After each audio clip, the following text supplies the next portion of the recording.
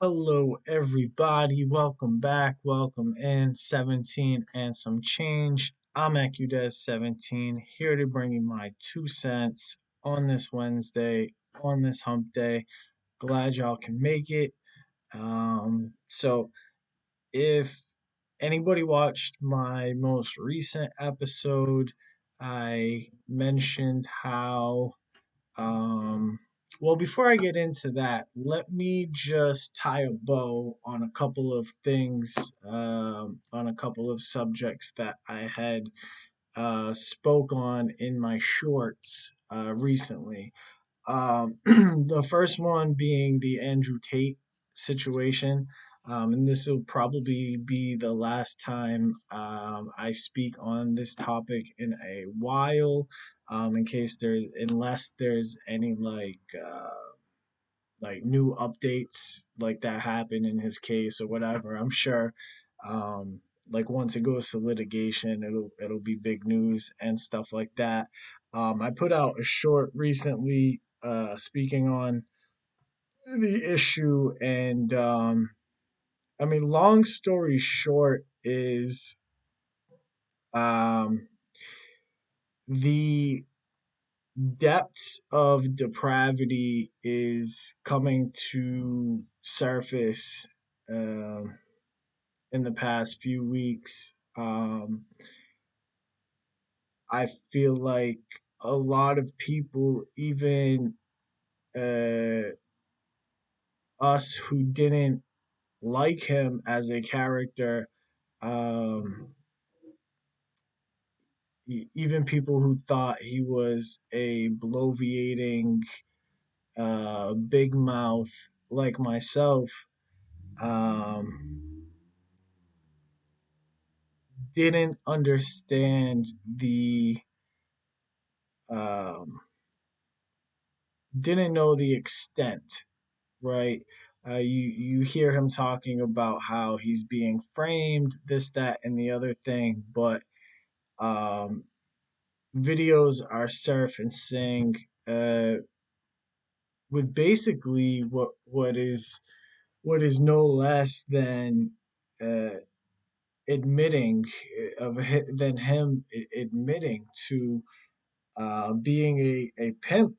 He was a real life pimp, and he would entrap women, and he would um, abuse them, and um, just based off of the things that he said out of his own mouth, you know, and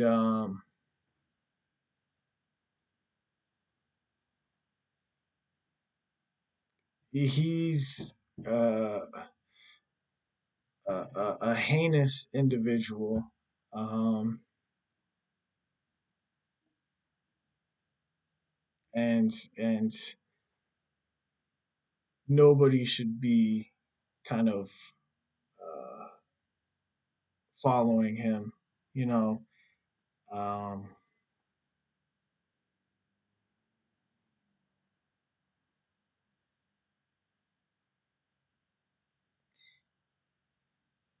Also,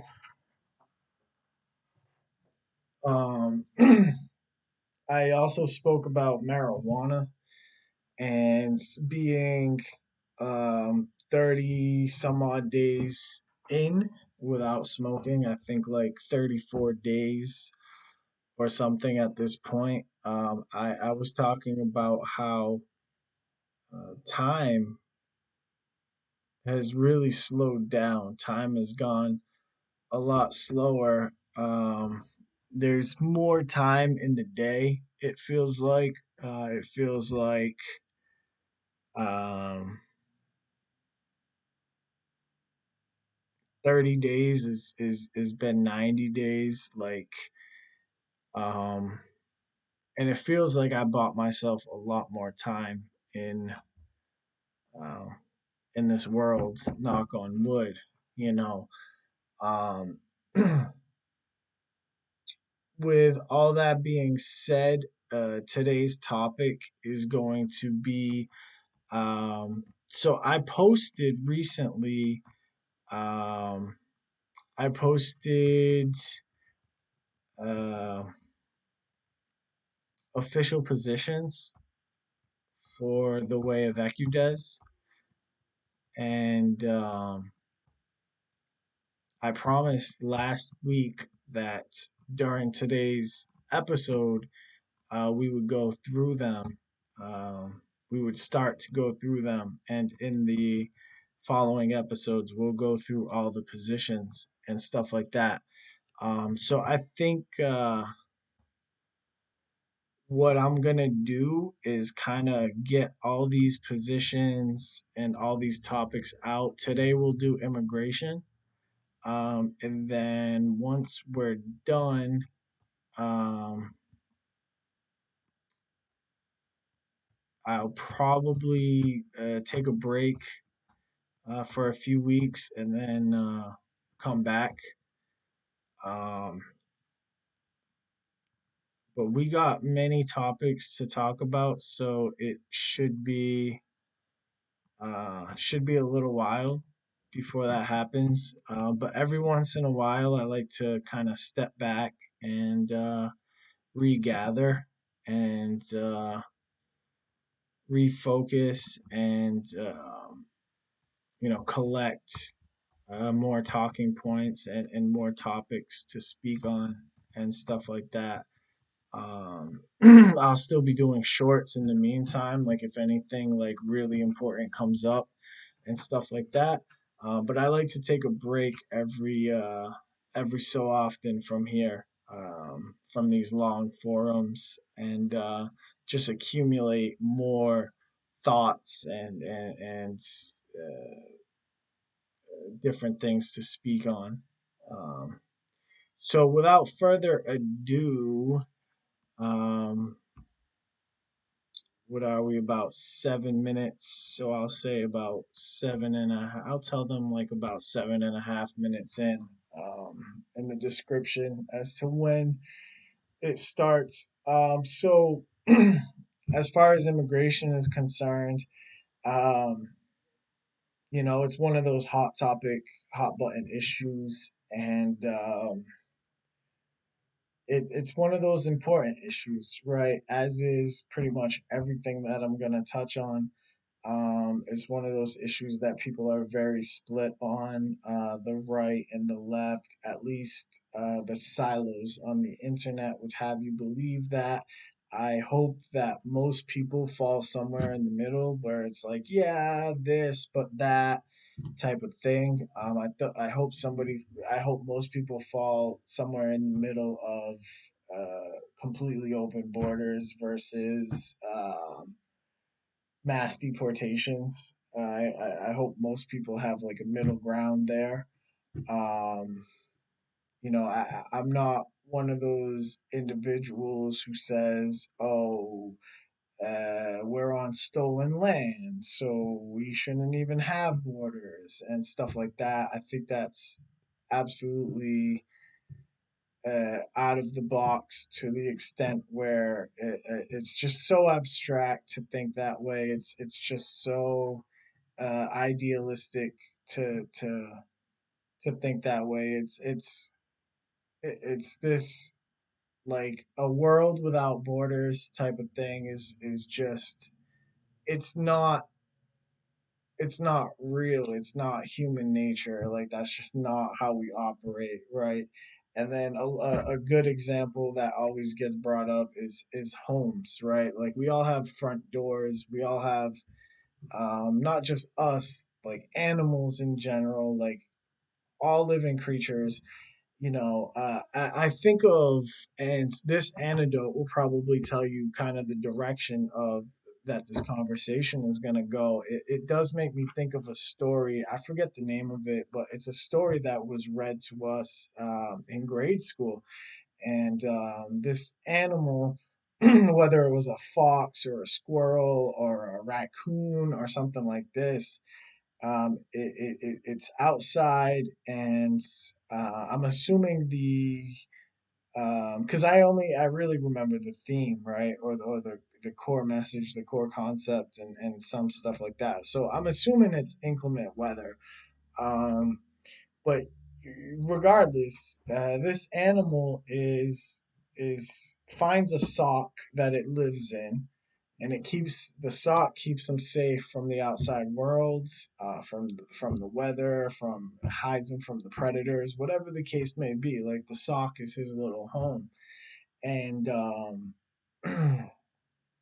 at some point, another animal approaches, and the animal's like, "Oh wow, like I'm freaking. It sucks out here. Like let me live in your sock with you. Like these conditions are terrible. Like let me live in your sock." And we'll call it a squirrel. Let's just call him a squirrel. The squirrel's like, "Yeah, sure, come on in, come live in my sock." And then another animal comes by, like a bird or whatever it is. um, he's like, "Yeah, sure. I know it sucks out there. Come on, come live in my sock, right?"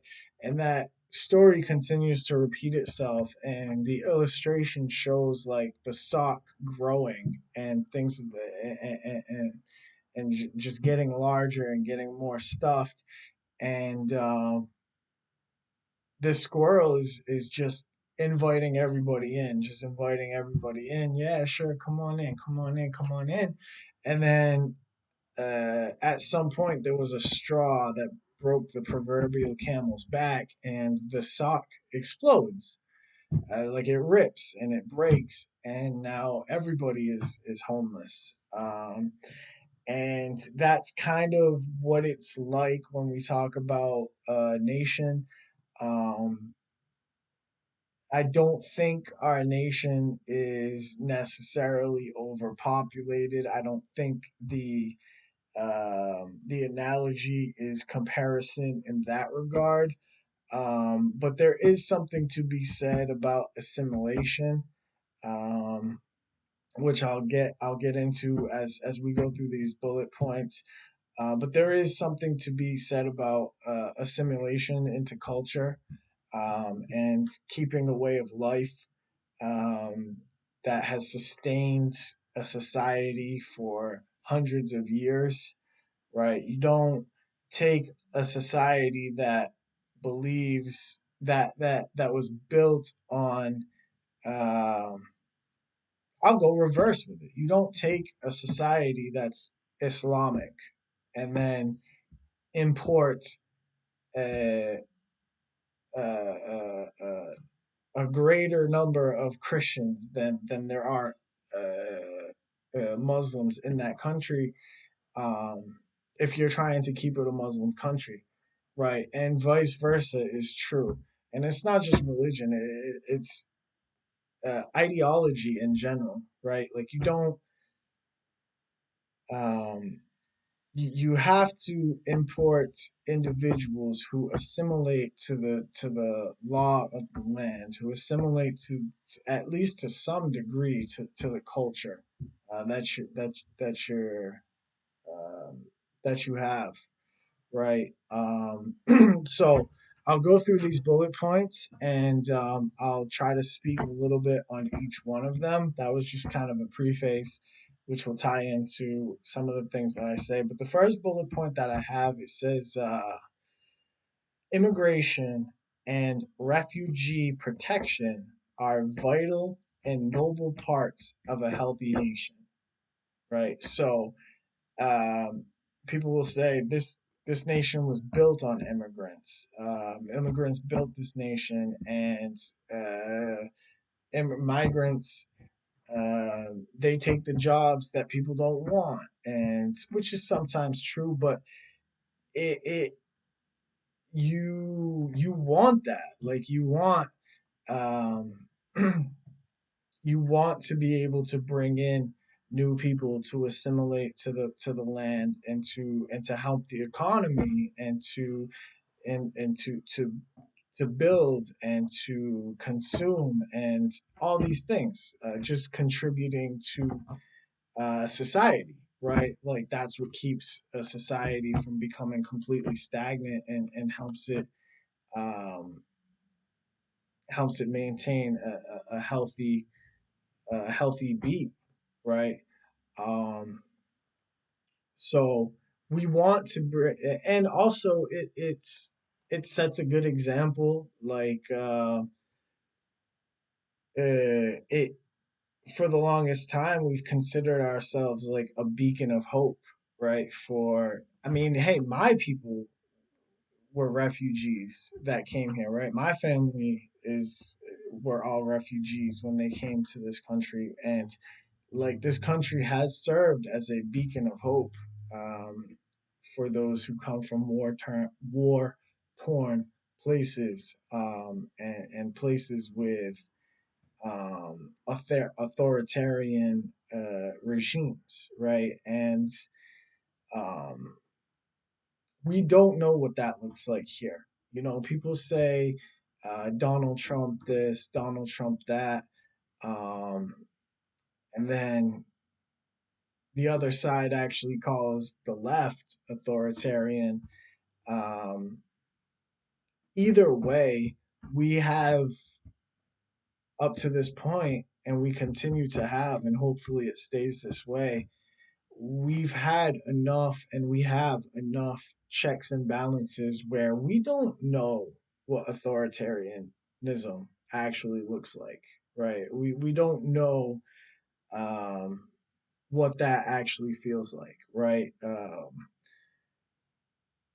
We have so many different levels of uh,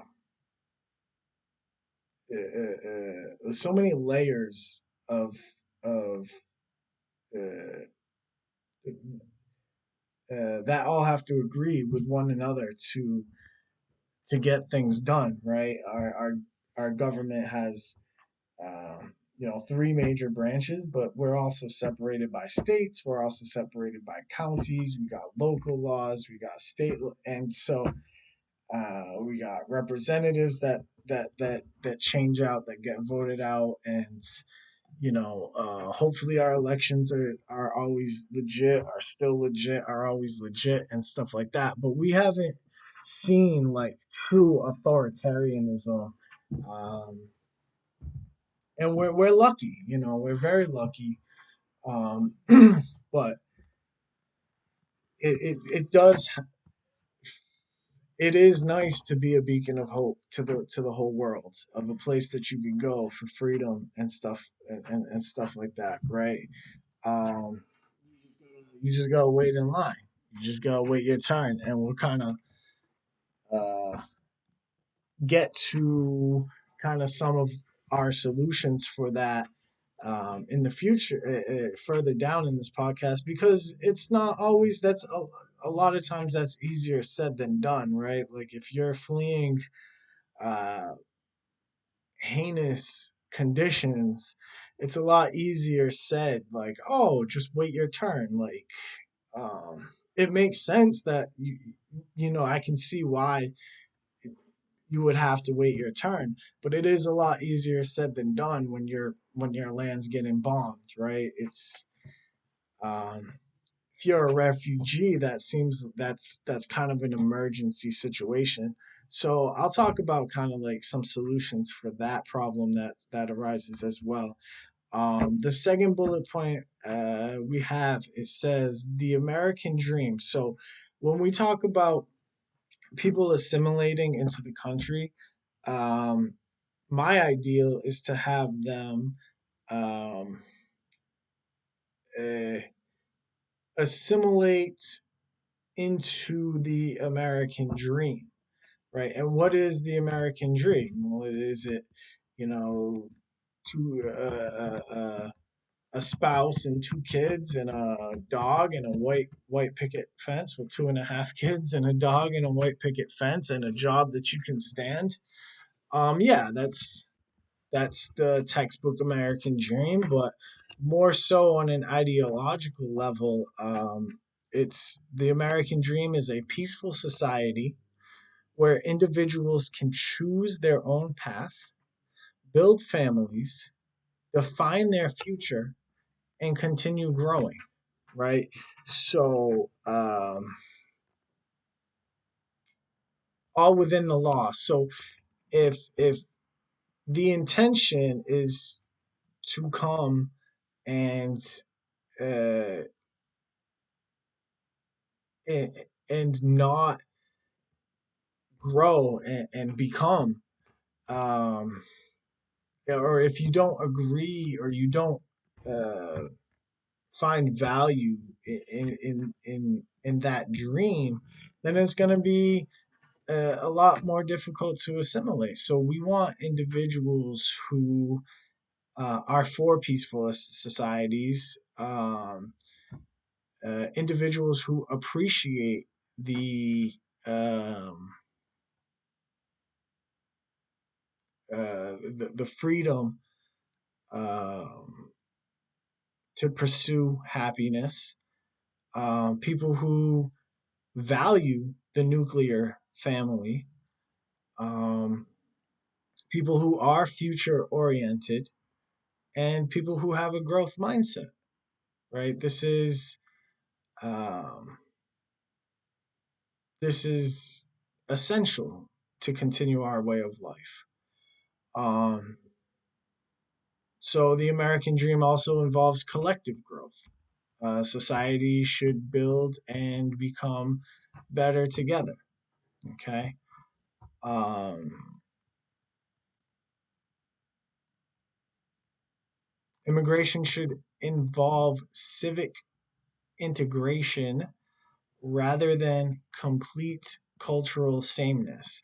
So it doesn't. So what I'm saying is like people don't have to be exactly the same. Like it's great that we have different cultures within our culture, but they still have to be able to assimilate and be underneath the greater umbrella, right? It's great that we have Portuguese community and Spanish community and Cape Verdean communities and Chinese communities and Arab communities and Irish communities and all these different things. It's great. um, uh, Diversity in that regard is great, but they all have to um, once again, they all have to buy into the American dream. Otherwise, it's it doesn't work. It's going to become uh, infighting and stuff like that. Integration includes participation in the workforce, right? So, um, you know, coming here ideally should. I mean, of course, if you're disabled, that doesn't, it shouldn't, you shouldn't be disqualified from refugee status or from immigration status if you're disabled and you can't work, right? That's different. But like if you're an able-bodied individual and you're migrating to the United States, like you should want to participate in the workforce. That should be one of the things, right? That's how you contribute to a healthy society and to a healthy nation. Integration includes appreciation and respect for the Constitution. Um, uh, it also includes allegiance to the American flag and the republic in which it represents. So, appreciation and respect for the Constitution for the core again the core values that has sustained this wonderful nation uh, for as long as it has. The core values that have created the freest, most prosperous nation in the history of humanity. Um, right. We should respect this document, right, and its amendments, right. And then as far as allegiance to the American flag and the republic for which it represents. I spent my entire childhood on a daily basis, putting my hand over my heart, and I know most of you have as well. Every single day I pledge allegiance to the flag of the United States of America and to the republic for which it stands, one nation under God, indivisible, with liberty and justice for all. And that patriotism, that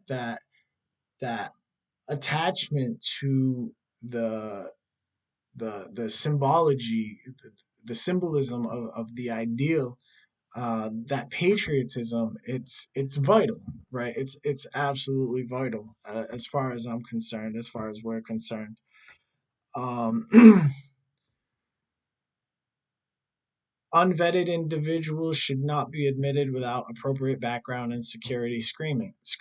Like unvetted shouldn't exist, right? Everybody should we should know uh, just about everything about everybody who comes in. Like we don't. It's not a bigoted thing to say like we don't want people who have ties to Al Qaeda. We don't want people who have ties to terrorists or to sleeper cells. We don't want people who um are involved in smuggling or trafficking or drugs or violent individuals. Like we we want law-abiding, peaceful citizens um, to come through, and the only way that we can do that is to vet every person, right? A comprehensive path to citizenship is preferable to mass deportation, right? Nobody wants to see mass deportation, right? But mass deportation would not have would not have ever became a thing if it if we weren't so laxed in who we allowed in, and if we had a comprehensive path to citizenship, right? Um, so I mean, so deportation should none nevertheless remain an available option, right?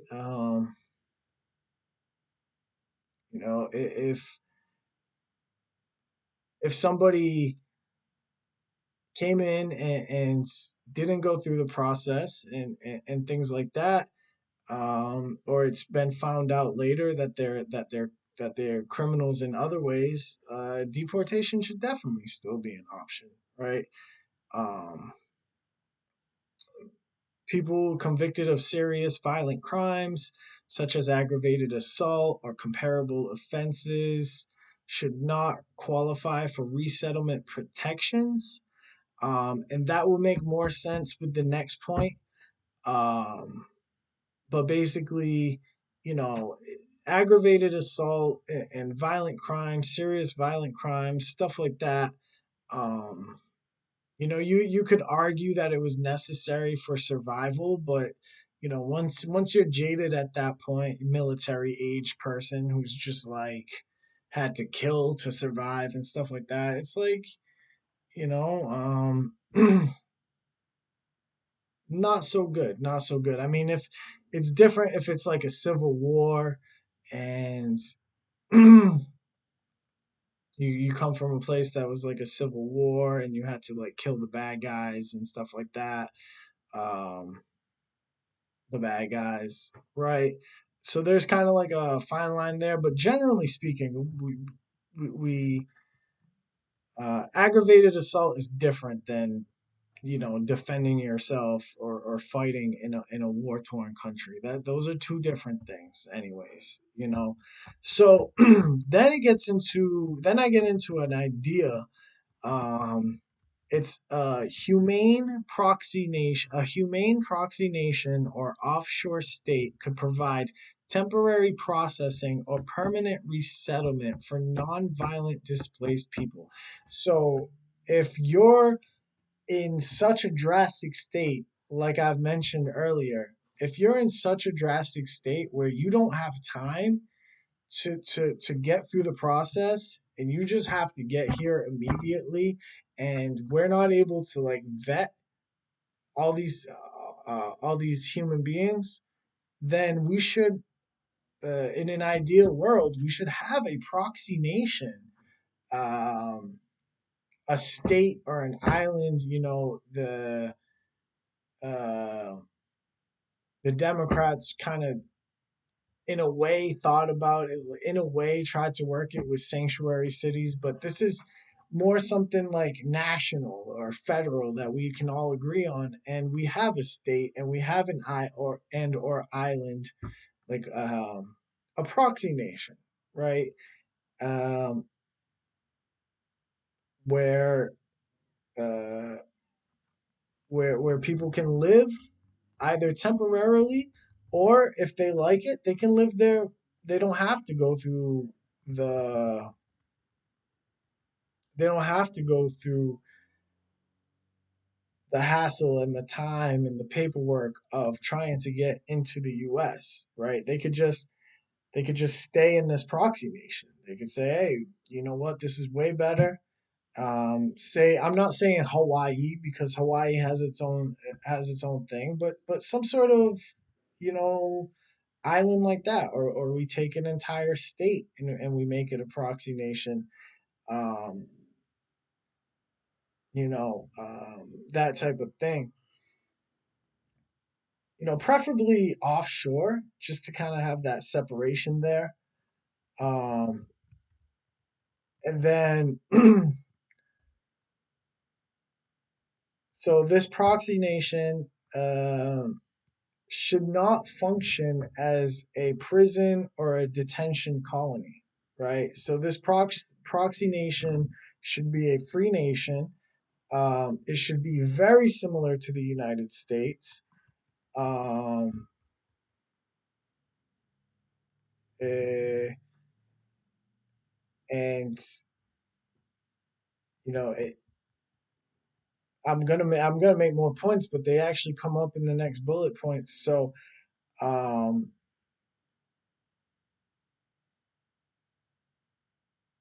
residents that live there, uh, they'll have lawful residency, um, just just just from being, right, just from making it there, just from making it to, say, they cross the U.S. border, or they try to cross the U.S. border, but like we're backed up on processing. They go to the proxy nation, they get legal residency, right?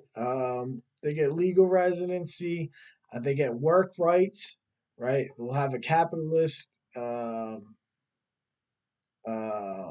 society there, and freedom of movement, and then potential citizenship into the US, or they could get citizenship into that proxy nation as well. Like I said, if they don't want to go through the process. Um, some people might choose to remain there rather than continue waiting for admission into the United States, right? Um, and this placement could depend on the individual's effort, system capacity, processing delays, and population density. So, depending on what's going on in the states, we have the option to um, give them asylum in this proxy nation, which they can live the rest of their lives if need be, right? Um, and then the proxy nation could potentially be administered or supported by the United States, NATO, or both, right? So this could be an endeavor that we as the United States pursue ourselves, but it would be even better if it was something that NATO got involved with, and we had um, a large a large uh, I say island, but like anything can be an island. Like North America is an island, and correct me if I'm wrong, right? Um,